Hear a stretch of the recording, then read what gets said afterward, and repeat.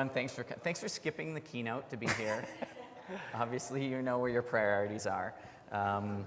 Anyway, I'm Drew Magliozzi. I'm the CEO and technical co-founder here at AdmitHub. And here with me is Scott Burke, the AVP of Admissions from Georgia State University. Thanks, Scott. Nice to be here. And we're just going to kick things off. As I said, the keynote's still going on, so some people will stream in. They don't know what they're missing, but you guys on the vanguard.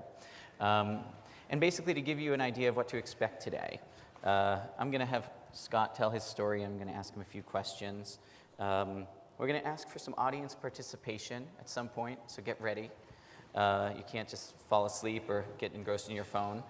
I'm going to tell you a little bit about AdmitHub. We're going to share the research results. We did a randomized controlled trial together.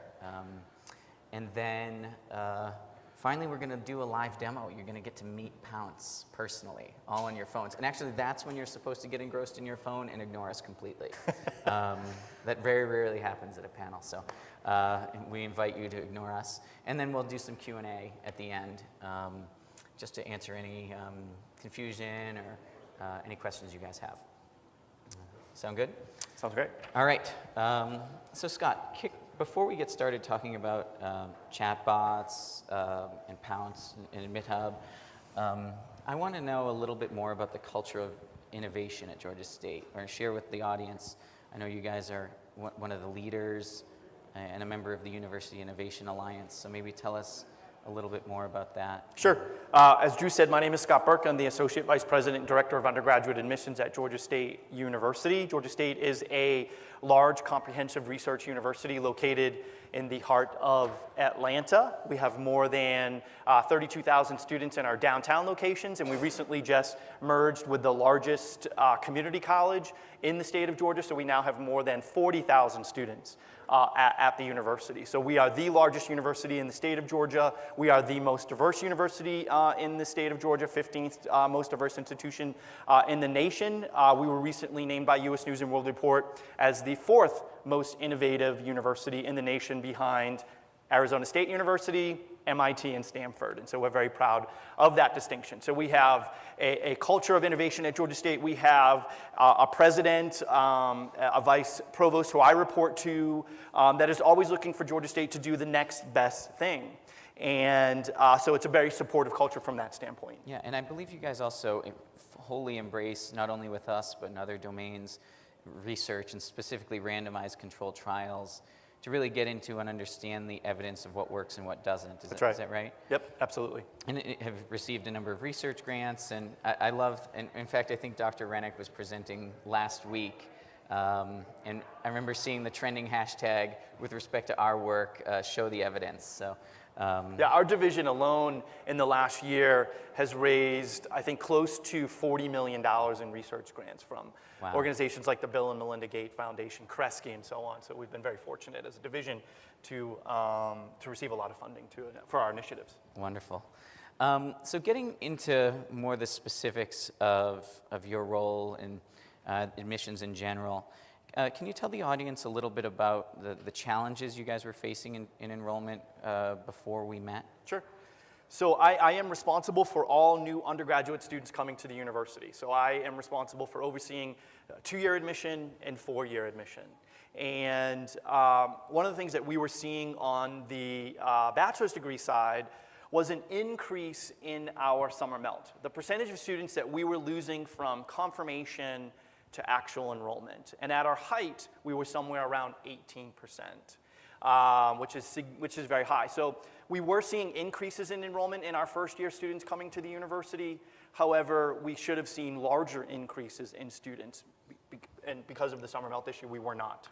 Yeah, and to baseline define summer melt for folks, it's a situation where a student applies to college, gets admitted, says they will enroll, and then when September arrives, they simply don't show up. Nationwide, this is actually a pretty large problem. It's about 14% of students melt and specifically do not go to college at all. It comes out to almost 300,000 students every year. So you guys were right around the national average. But I believe, if memory serves, it had been creeping up, right? It had been since I arrived at Georgia State at Georgia State in 2008. We were around 8%. And then we started seeing an increase in our applicant pool, more first-generation college students. So we started seeing each year our melt rate increase. And as I said, at the height, it was at 18% last year. And one of the panelists who is supposed to be here is our research partner, Dr. Lindsay Page, who's amazing. Literally wrote the book on summer melt, appropriately titled Summer Melt. And Scott has his autographed copy right here. I always bring my visual. I Yeah. always have to bring the visual. It's available for, I think, $19.95 on Amazon. We'll give Lindsay a little plug. It's a great read. And actually, it was on the vanguard of not only the problem of summer melt, but this idea of text message-based counseling, of providing nudges and support for students and meeting them where they are on their mobile phones in the most minimal of interventions to get a really remarkable impact. Yeah, and she talks in the book, specifically what interested us in the book, obviously was the summer melt issue and how we could go about developing strategies to decrease our summer melt, was that they had profiled Fulton County. Fulton County has had one of the largest summer melt issues in the nation. I think it was at its height around 20% of students who were intending to go to college didn't end up in college during that first year. So it had real practical application for me, being the largest percentage of our students come from the state of Georgia, and one of the largest feeder counties was Fulton County for us. Interesting. And it's worth noting that these are very academically qualified students, and the primary things that get in the way are the odd, like, logistics, the FAFSA process, getting loans. And usually these are first-gen students, oftentimes minority students, people coming from low-income, underserved communities, who just don't have the support and guidance necessary to just overcome all the sort of nuances of the transition to college. Yes. And so you were familiar with Dr. Page before we met. In fact, I remember you saying, like, I have a book on my desk. I think I even held up the book. And so I think you were considering, if memory serves, a texting intervention because you realized the power of the medium. I just want to understand what your considerations were at that time before talking to us. Yeah, so we knew from a strategic standpoint we had to do something different. We were trying lots of different interventions throughout the course of the year, working closely with our financial aid office, doing more personalized outreach, more personalized communication via email. Our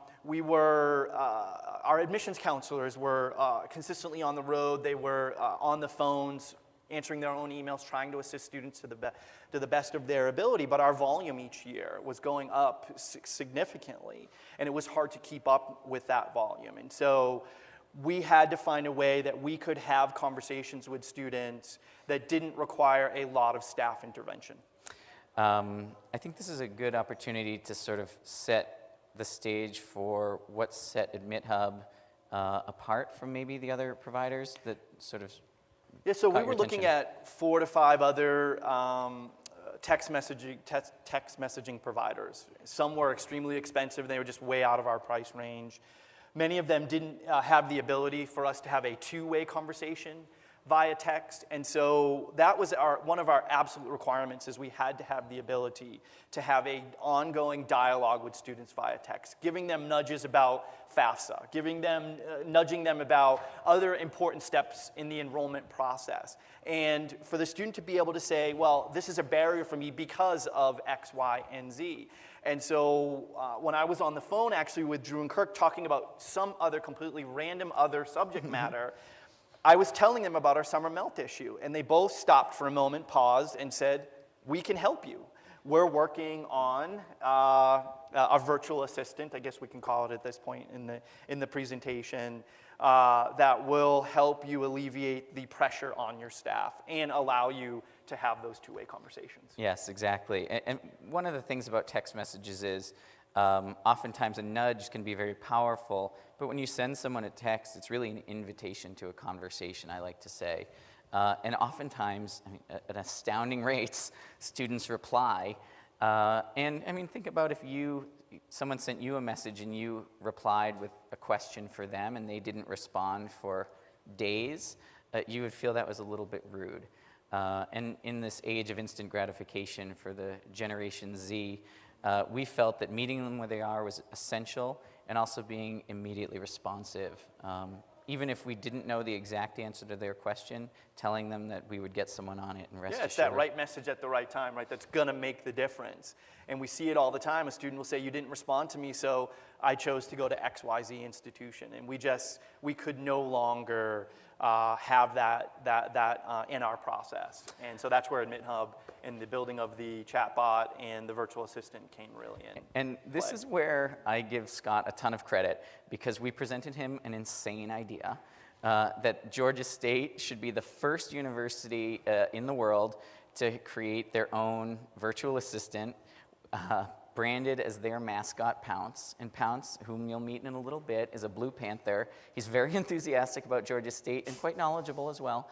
That would be the entity with which students would communicate, but also with the assurances that humans were there to support Pounce if it didn't I understand. think you have to underline that, right? And Yes. say that, despite the fact that this is AI and a text messaging, it did still require us to have human beings watching, and for the student at any point in the process of texting with Pounce, conversations with Pounce, that they could say, I would like to speak to a human being, and we would get them to that admissions counselor that was responsible for their territory. Exactly. And in terms of so we ended up starting this intervention a little later than we would have liked. There were some logistical issues, but we started in April, and it ran through to September. Mm-hmm. And we ended up, just to give you guys the rough stats, it was a randomized control trial. So there were about 7,500 total people in the population. Half of them were placed in a control group, and the other half, a randomized half, were placed in the treatment group that got to talk to Pounce. We averaged about 85 messages per person, so around 180 some odd thousand messages that were total exchanged. 50,000 of those were messages to Pounce. And then, overall, I think we had, just to cite some engagement numbers, we had 90% engagement. That means someone responded at least once. We did have approximately 4 or 5% in that ballpark opt out, and another 5 or 6% were wrong numbers. People saying, who the heck do you think you're talking to? I'm a 40-year-old man, and I'm not going to Georgia State, in which case we would stop messaging them. Are you sure you don't want to go? Yeah. But at this point, I wanted to get your 2 cents on just how much time and effort was required from your staff to operate this process. So as Drew indicated, we did start the process a little bit later than we wanted to. And AdmitHub was great about setting clear expectations that with us starting this late in the process, we may not see significant results, significant increases in enrollment, MELT, et cetera, decreases in MELT. So we had a very realistic approach to this, right? Yeah. And as I mentioned earlier, one of the key things that we wanted to make sure would happen is that we could develop that relationship and keep that engagement going through this whole MELT cycle. And MELT does not just start in the summer, right? MELT starts much earlier than that. Some will argue it starts in January and February when students are starting to engage with the next steps in the enrollment process, those barriers that could be in place. And Georgia State has about 30% of our admits that are first generation. We are very diverse, a very diverse applicant pool, a very diverse university. Overall, we have, we're as diverse socioeconomically as we are racially at Georgia State. And so we needed to make sure that, again, we could have those two-way conversations, we could keep that engagement going, and it didn't put a lot of extra strain and stress and pressure on the admissions counselors. And because we were already, in many ways, at capacity with what they could ultimately handle. So we needed something that could alleviate some of that stress and pressure. Do you mind if I run through the math? Yeah, sure, go ahead. That'd be great. This is what the whiteboard is for. We can't have slides, so I'm just gonna, it's like I'm a math teacher. If anyone else wants to check my math while I do it. So we had about 50,000 inbound messages. And I would say, for the case of estimating this, if you're a superhero, you can handle about one message in 30 seconds. And keep in mind, that's only if you're doing this nonstop, go, go, go. Right. The messages actually end up trickling in at all hours of the night. In fact, I think, Scott, we said the highest volume of messages came between 6 a.m. and 8 a.m. and 10 p.m. and 1 a.m., which are the exact opposite hours. When we're open? When you're working, exactly. So all told, this comes to about 417 hours of work. Or, I think if my math is correct, it's about 52 days, approximately, of nonstop work to handle all of these messages, oops, that's a Y, by hand, which we were able to automate and save your staff time. And probably realistically, instead of 30 seconds, this would be more like a minute or two to handle each message, in which case we're talking about saving over 100 or maybe 200 days of realistic staff time. Yeah, and we have 11 admissions counselors dedicated to the recruitment of students to the four-year side of Georgia State University. So for us, if this is all that they were doing, I would have had to have easily hired anywhere between another 10 to 15 admissions counselors, which from a budget standpoint was not realistic for us to be able to do. And I guess now's a good time to talk about the actual outcomes with respect to the randomized control trial. Normally Lindsay would do this because this is her specialty, and she's the one who analyzed all this. But I'll just run down. We had incremental outcomes in pretty much every category we measured. Mm-hmm. And I will say that in terms of this research study, as opposed to all of Lindsay's previous work, it was very exciting because she had insight into the data on every intermediate step. Before, in previous studies, she would know what the student was, when the student had intended to enroll and whether they did enroll. And there was a hypothesis that the nudges helped in the middle, but they didn't know for sure. So we ended up boosting pretty much everything. Orientation attendance went up 3.3%. FAFSA verification, which means like you made a mistake on your FAFSA, those mistakes in the FAFSA went down about 17%. Mm-hmm. Loan counseling, people signing up for loan counseling went up 15%. Loan acceptance was up 12%. On-time immunization was up 10%. On-time transcript submission was up 6%. And then the huge, most important numbers, the numbers that we cared most about were summer melt, which we dropped around 21%, and overall enrollment, which we increased about 4%. Mm-hmm. And all told, what were the overall? Yeah, so that meant we had roughly about 300 more freshmen in the class this year compared to the previous year. And overall, the numbers, so our melt was at 18%, it dropped down to 14%. And we're still not happy there, and we're moving towards actually introducing Pounce to the whole admitted class this year. We're not continuing on with the RCT because we were very impressed with the results that we got, and we decided that at this point it was time for us to roll this out to all of our admits. Yes. And right now we're up to 9,100 admits with a goal of getting to about 9,500 admits to enroll a class of about 3,800 and 3,850. Brief side note for any entrepreneurs in the audience. Doing an RCT with your first major partner is also a recipe for sleepless nights and anxiety. And actually, oddly enough, when we started this intervention, we got together with Lindsay and Hunter and hypothesized what we thought the impact would be. And we ended up about tripling what we expected the results to be based on the design of the intervention. So we were all obviously thrilled, and now I can finally sleep at night. Well, now I have a baby, so I don't sleep, but eventually, in 18 years from now, I'll start sleeping again. And I don't necessarily want to turn this into a commercial for AdmitHub, but I will say we have been more than pleased with our partnership. You notice I didn't say just relationship.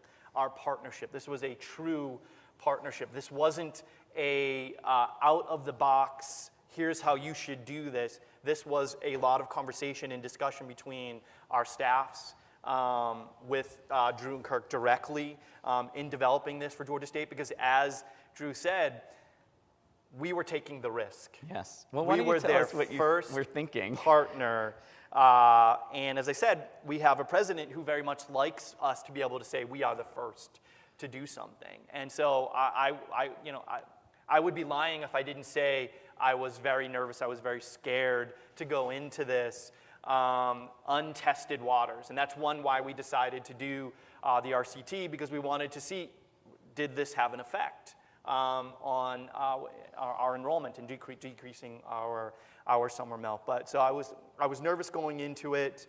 We were taking a huge risk of relying on a chat bot to carry on conversations with students. That made me initially very uncomfortable. Yes. But we had seeded Pounce with questions and answered. We started with about 200. 200 answers, 200 yes. answers, and we're up to about 1,300, almost 1,400 answers now. And as nuanced as, can I bring a salamander into the residence hall, and what size tank can it be? Yes. So on. So it's those random nuanced types of questions that Pounce is able to handle. Absolutely. In fact, actually, this is a good opportunity to talk about some of the focus groups we did, because not only did we get the exact enrollment outcomes, we went to campus and talked to a lot of students after this to understand what their experience was. And some people would say, or would hypothesize that, talking to a bot seems like it would be an impersonal, like inhuman experience. But oddly, students said, in some ways, said the exact opposite. And we found it very funny. They said things like, I actually preferred that it was a bot because I felt like I could ask questions without being judged. If I asked what I might be perceived as a stupid question, it wouldn't care, which is so interesting. And they also did say that they felt comforted by the fact that there were also humans there in case they needed additional help. And this is the most stunning thing, we ended up sending on average about one message every 10 to 15 days to a student. And we said, ideally in your perfect world, how many messages would you get? And actually the most common answer was, I would get messages every day, which we were blown away by. So time to ramp up the volume, which we have done this year for sure. But yeah, I'm curious, we understand the student perspective on Pounce, and we had enormous satisfaction. We had, I think, 84% gave it, 5 stars out of 5. Yep. And I think more than 90% suggested that we use it again for the next year, which is very encouraging. And in fact, and from the university perspective, Dr. Rennick has also signed up for us to help assign Pounce to currently enrolled students, which we're working on right now. Yep. And we've even begun talking to students before they apply. But I'm curious, the question I had for you, Scott, is the staff's understanding and emotions toward Pounce. Like, how do they feel about having an AI chatbot on staff with them? They love it. And in fact, they would like it to be open to more students. Right now, Pounce is a closed bot.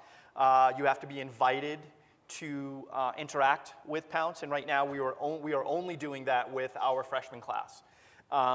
We are actually talking with AdmitHub and in the process of developing Pounce to become an open bot, where we can open it to the general public. We experience, especially this time of year, significant call volume, and we need something to help us decrease that call volume. And so we've been talking with them about rolling this out, and the admissions counselors are ecstatic about it, because they know it's going to help with some of the volume that they're experiencing right now. Because a lot of the questions that they are getting are the same question over and over, and we already know it can be answered. It can be answered by Pounce. And as a matter of fact, you guys are going to be our quality assurance group, because we will be demoing that feature in about 10 minutes. So all of you can meet Pounce directly on your phones. And let me add one more statistic that we didn't share. So we said that Pounce handled roughly 91.5 or 91% of the questions. In the first year, the AdmitHub staff who worked directly with us, that we trained and had engagements with, were assisting with some of the behind-the-scenes machine learning when Pounce didn't have the answer to a question. And so only 1%, less than 1%, 0.9% of the questions needed to go to one of our admissions counselors. So Yes. that speaks, I think, volumes in terms of why this was so important for us to add, because we could have an AI chatbot that was answering the majority of the questions for us while our staff could focus on other things. That's a good point. And I think one of the points of pride we make at AdmitHub is meeting students where they are, particularly mobile phones, but also meeting your counselors where they are. God knows your staff needed nothing less than another dashboard or system to log into. Right. And so we understood that very quickly. And so basically the way the system works is when Pounce gives an answer, if you log into our administrative dashboard, you can see everything. And occasionally he will say, oh, I don't understand the answer to that question. I've never seen that before. I'll get a human on it. And at that point, rather than forcing someone on your staff to log in and answer, what we did is we met them in the place that they were doing most of their work, which was their email inbox. And we simply sent them an email with the question, a bit of context about the student, and the chat history. And in order to respond to that student, all they had to do was reply to the email. We'd route it to the student via text message, and then we'd have the opportunity to review this question and new answer and decide, is this something that we want to automate in the future? In doing that process, I think your staff over the course of the, from April to September, handled almost like 600 or 700 of those emails. Yep. But in doing so, augmented the knowledge base by almost 1,000 understandings. And basically, anytime you do that, that's the last time you will ever need to respond to that single question. That's right. Also understanding, by the way, that there are many questions that we did understand that are not appropriate for handling in an automated fashion. And the bulk of what we do is handling those process and status questions. But when we find these diamonds in the rough, these students saying, I'm the first person in my family to go to college, I've dreamed of going to Georgia State for years, but I'm not sure we can afford it, can you please help me? Those are the ones that we send directly to you guys and say, pick up the phone and call this person because they need your help. And you can do that, your staff can do that without worrying about their inbox exploding while they don't give it any attention. And two, just being able to find more joy in the work rather than having to deal with the overwhelming process and status questions. So surfacing the real, like I said, diamonds in the rough that need your attention. Yeah, and the other side of that too was when a student tells us, so at Georgia State we don't have a deposit. We have an intent to enroll process and form that we send out to students, and we can now do this over text messaging. And one of the things that we wanted to collect from students was how they were feeling, what was their temperature or their interests in Georgia State, and we collect that information and we give that back to an admissions counselor, and especially when a student is lukewarm to very cold or tells us out directly, I'm not planning to come to Georgia State and this is why. And I never want it to be a financial barrier that's in the way, or I never want it to be a non-responsive reason that the student isn't coming. So that's why we set it up this way, so that a counselor could immediately reach out to that student, and in some cases in very real time, in a very quick time fashion. Then, whereas before we would get the information, it would download into the CRM system, you'd have to build a filter to find these students who said they weren't coming. That was labor intensive, and it would take a while for a counselor to get through that list of students, whereas now we can get them almost pretty much real time and engage with them. And I'm very fortunate too, because I actually have a financial liaison in our office, Tony Wahab, who's amazing. He came from the enrollment services prior to coming for admission, so he has such an extensive background knowledge of the financial aid process that all of those questions can go immediately to him. He can look at their aid package, he can triage it, he can reach out to the financial aid staff. Are they eligible for more aid? Is there other things that we can do for the student? And we can do it, again, in much more real-time fashion. By the way, Tony deserves a medal, because when we do this email to SMS bridge, we also track all the engagement, so we know how fast your counselors are responding. That's right. I mean, Tony, by the way, did 200 messages himself, Yep. and in record time. Sure. That guy is a champion. Hopefully he's watching this video at some point in the future. And I would say, I want to stress, oftentimes people ask me, what is this technology? Is there an app I need to download? And it's also sometimes a little confusing to explain that what this technology is, this AI that is behind the scenes, is truly invisible. And the purpose of it is not to solve all problems. The purpose of this technology is to get, well, one, handle anything it can, but two, get to a situation where the technology can disappear. Like, that is my goal. My goal is not to like be the end-all, be-all of student support. The goal is to help people do the meaningful work that only the people can do, and enable them to do it all the time. Yeah. And that's the reason you got into the business in the first place. Your goal wasn't to handle endless email FAQs all day. Your goal was to help students in a meaningful way. And so, in essence, the technology is only there when you need it, and it's gone when you don't. In fact, might be a fun time to, Sure. if anyone in the audience have a cell phone. Perfect. Actually, I'm going to take a quick poll before we do this. So, show of hands, how many of you have unread emails in your inbox? Does anyone have any unread emails? This guy has no unread. Okay. All right, keep your hands up. Keep your hands up. Keep your hands up if you have more than 20 unread emails. How about more than 50? How about more than 100 unread emails? 200? I haven't checked mine today. I don't even want to know. Oh my God, you have more. I don't even want to know how many emails you have in your it's inbox. ridiculous. 500. There's still people with their hands up. I don't want to know anymore. I'm sorry. Okay, next question. Raise your hands if you have any unread text messages on your phone right now. Okay, we have 4 hands. How many people have more than 5 unread text messages right now? More than 10 unread text messages? That's what I thought. And you're not teenagers. And teenagers eschew the technology of email and embrace the simplicity and minimalism of texting and messaging.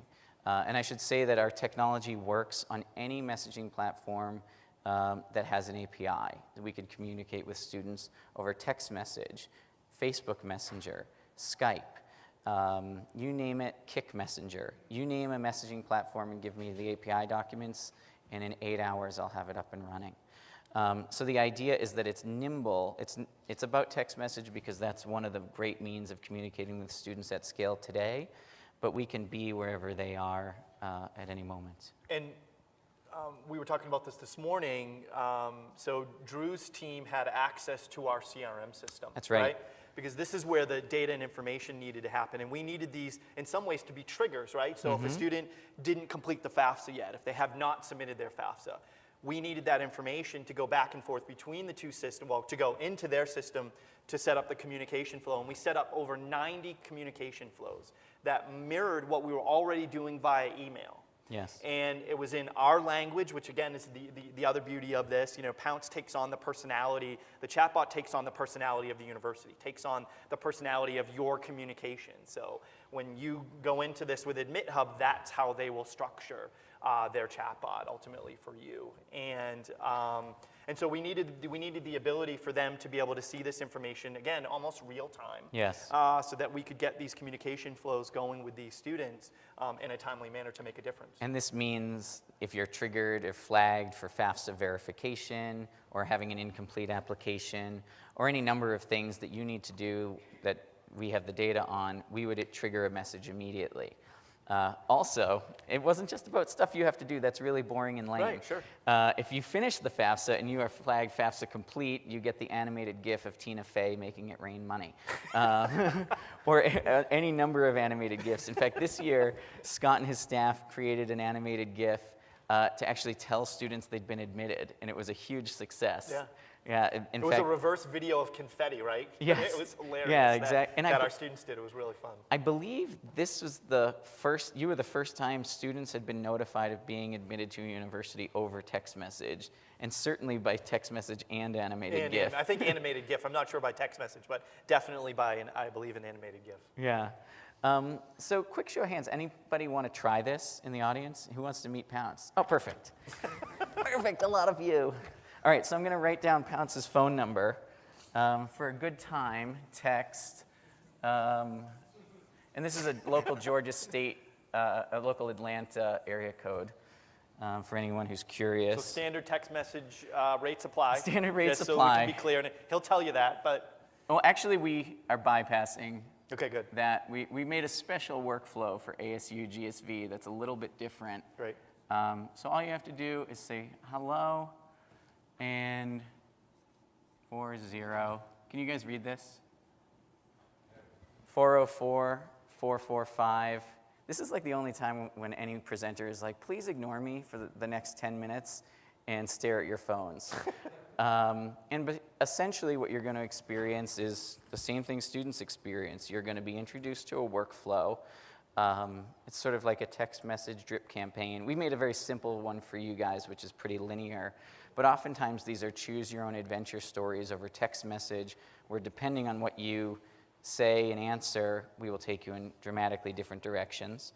Did you give the rest of the number? Oh yeah, so 404-445-4069 is the phone number. And yeah, messaging rates will apply. But I think I read a stat recently that 90% of US mobile phone users have unlimited text messages anyway. Yep.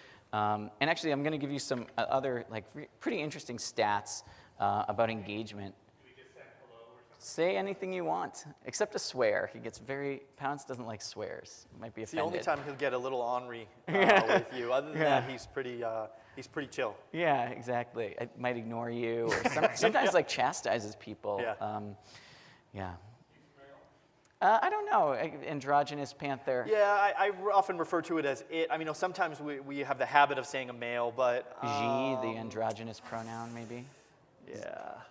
Yeah. Actually, we have our own bot. We have our own chatbot, Ollie, and at some point in one of the surveys, we ask, what gender do you identify as, male, female, or other? And if you say other, the bot is like, me too, which is, I think, encouraging. In any event, while some of you are fiddling with your phones, answering the questions, it will prompt you to ask some questions about financial aid and really anything. Feel free to test the limits, but try and embody the sense of a student. I'll give you an example. One time we did a demo for a university. I can't remember what university it was. And they asked, who is the president of the university to Pounce? And it didn't know the answer. And I was like, no student has ever thought to ask that of the hundreds of thousands of messages we've handled. Yeah. And I should say, since this intervention where we handled 50,000 inbounds, I think last month we did, I think I told you, over 300,000 messages. So we're doing right now with Georgia State every month the equivalent to what we did all of last season. But while you guys are texting away, does anyone have any questions? And since we're not going to pass a mic around, I'm just going to repeat them for folks. But what you're experiencing right now is essentially what a student will see when they engage with Pounce, for all intents and purposes. So any questions from the audience? It's a little. Yes, sir. Oh, yeah.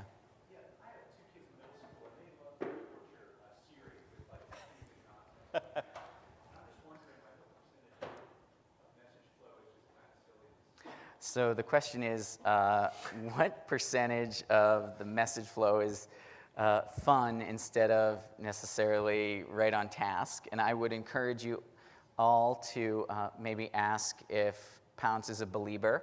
That's shorthand for Justin Bieber fan. I think we have, the term of art in the industry is an Easter egg. I think we have about 100 Easter egg understandings. You can ask about Hal, I think, from 2001: A Space Odyssey. You can ask a lot of fun things. You can even ask it after you've told it your name, who am I? And it will know your name and say, of course I know who you are. And so, yeah, there are fun things to find. We don't have quite as many as Siri just yet, but you can say, tell me a story, tell me a joke, and we'll get you some things in each of those instances.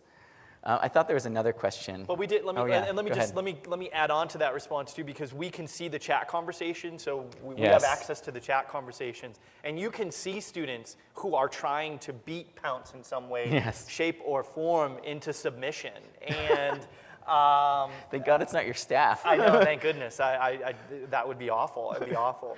Drew alerted to earlier that, Pounce doesn't like any swears, nasty language. In some cases might not respond or might give you a curt response back for that. But we've seen lots of students have a lot of fun and ask just completely silly random things. And Yes. he handles it very, very well. And it handles it very well. Our goal is to bring joy to this experience. It's very difficult to make the transition to college, and there's a lot of stuff to do. And if we can delight you along the way and build this relationship, that's almost as important as getting you through whatever process you're in the midst of. And the other thing that we want to do with this going forward, and Drew and I literally were just talking about this as we were walking in and getting ready for the session, is we don't want this to always just be about process-oriented things either. Right. So we're creating some GIFs on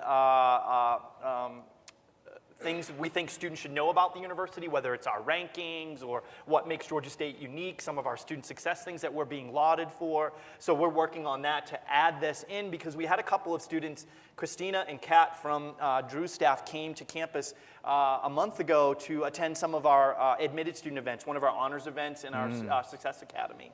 And they had an opportunity to meet with somewhere around 15 or 20 students over the course of that 2-day time period. And what we kept hearing over and over from a lot of the students is something that Drew alluded to earlier is they want more engagement and Yes. more interactions. And by the way, sometimes they forget Pounce is there.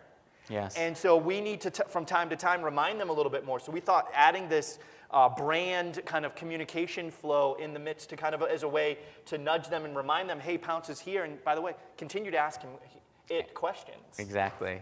Any other, speaking of, yeah, there's a question up here. What are some potential other use cases for this tech outside of admissions for the university? So someone is asking the other extensions that we can do for this technology outside of the university, or outside of just admissions, yeah. right?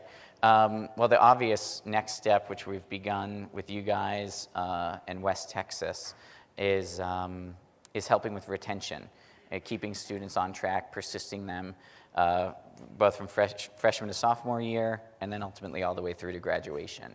And I will say we're piloting that, and that is our next randomized control trial, which will be kicking off in September with the same researchers. And that's probably much more exciting, but I also will admit that it's probably an order of magnitude more complex a problem.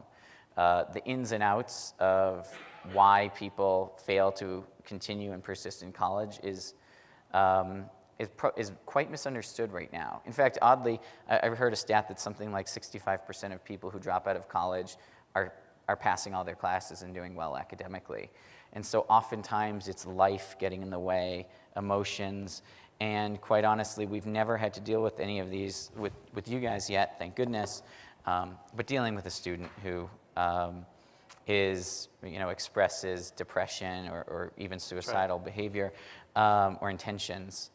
Right now what we do is we recommend they try the text crisis line, which if any of you are unfamiliar with this, it's an amazing organization staffed by Good Samaritans who are always there to talk people through difficult, challenging situations where they're either in harm's way or thinking of harming themselves, all over text message anonymously.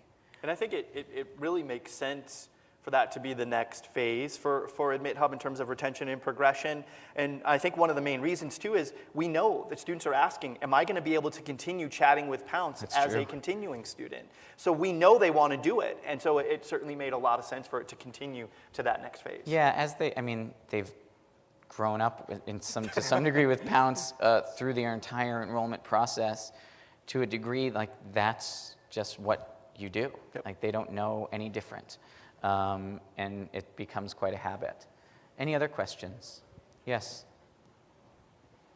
So at the 15th most diverse college in the country, how many languages does Pounce speak? So the question is, Fair question, by the how way. many languages does Pounce speak today? Right now, Pounce speaks one language, English, but is able to understand a diversity of language, but can only respond in English, and it couldn't understand like a full Spanish sentence yet. That is certainly on our roadmap, and the two most frequently requested languages from us are Spanish and Chinese. But actually, there's wonderful technology out there to be able to train a language model in multiple languages, detect the language someone is speaking, and respond to them properly. In fact, it's built on the same framework and open source libraries that Google Translate uses, which I don't know if you've used Google Translate lately, but there have been enormous leaps and bounds in its accuracy and effectiveness. And those are some of the technological breakthroughs we'll be piggybacking on to bring more diversity Yeah, that's a direction we would love to go, Yes. considering our international population continues to grow. The number of students that come with speaking another language is significant. So it's a very fair question, and it's a direction we would love to head. We need to get this right first, and we are. Yes. And so, as Drew said, in the roadmap for them and potentially for us, we'd love to be able to add additional languages. Yeah. Can you say more about what you were saying about the technology that allows for the chatbot to determine the language of response? So someone wants me to talk about technology, and I told myself I wouldn't get too deep in the weeds, but I'm going to see if I can do it in 2 minutes. What we use under the hood is a statistical model of language. We train our models using TensorFlow, which is an open source convolutional neural network framework. And essentially what you do is you feed it a language, just raw language, and it understands the relationships between words and is actually able to assign a value. And a value is in the form of a vector, which is a line with a direction and a magnitude. And each word gets its own vector, and embedded in this vector is the true meaning of the word. And this is an astounding breakthrough in the development of natural language understanding that is just a few years old and has seen major advancements in the last 12 to 18 months. And basically, with this vector, you can say something like king minus man plus woman, and you will get the vector for queen. You can also string these together and get the meaning of a sentence by adding the vectors sequentially. And the amazing part is, if you do this with language, and you can do it with multiple languages and align these vectors, you can actually create the same language model in multiple languages, so it is able to understand the same sentence in Chinese and the same sentence in English. And quite honestly, I could probably train a language model to do this without even knowing Chinese myself, which is the true magic of this technology. But beyond that, I don't want to get into too much detail because I feel people's heads or eyes would start rolling. I saw another hand over here. Yes?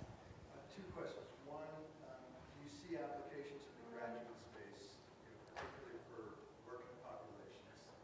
And two, maybe this is a generational thing where for those of us who have dealt with cable TV carriers, Yes. that frustration of not getting a response, what were the major frustrations that came out, and how salient were they for the customer? So I'll take the graduate question if let- you want to take the Let's second half. rephrase it, repeat it. So the question is, what application could this potentially have on the graduate level, right? I'm talking with currently our director of graduate admissions. Georgia State is moving to a centralized model of graduate admissions, and I think they could really benefit from this technology in terms of being able to reach out, because they're not starting with a large marketing staff at the university in terms of those admissions counselors and others that can respond and reach out. And I think having this as a tool right off from the bat would set them off in a very, very positive and good direction. So I think from the graduate level, this has amazing possibilities for those of you that are in the graduate admission side as well, because students are hungry for information and knowledge and getting it quickly. So. Yes. It doesn't matter if you're an undergrad or grad, I believe. I might add that it's actually pretty nice for people who are working, because you might not have the ability to check your personal email during the day, and it's a very minor outreach. So it's basically very atomic, and you can do it in minutes and space it out however you like. You asked about the frustrations. And I think the challenge with any technology, for those of you who are fiddling with it right now, is that it's new and it's a very minimalist interface, so we have to teach you to work with it, and people have to just learn the best way to talk to a bot. And that tends to be asking short questions and not like long convoluted things. It gets very confused if you ask 2 or 3 questions at once. If you string multiple long messages together, it gets a little confused. And that's obviously places where we want to take the technology to be even better. But yes, it's mostly about figuring out also how a staff like yours can work together and get the cumulative effects of this. So it's an augmentation. The AI can't work alone, and your staff obviously does amazing work, but has almost an impossible volume of communication to handle. And by putting these together and making them truly a collaborative process and learning how this fundamentally reshapes an organization, which we've touched on a little bit with you guys, but I think as we go more and more into this process, we will learn the foundational elements of what an office with an AI as a core component truly needs to operate as. Yeah, and going into this understanding the populations that you want to use it for, what's the strategic reasons you're utilizing a chatbot, a virtual assistant, and setting reasonable and clear goals and expectations for Exactly. That's all the time we have for today. If you have more questions, you can ask me or Scott or Pounce at your convenience. Thank you all so much. Thank I really you. appreciate it.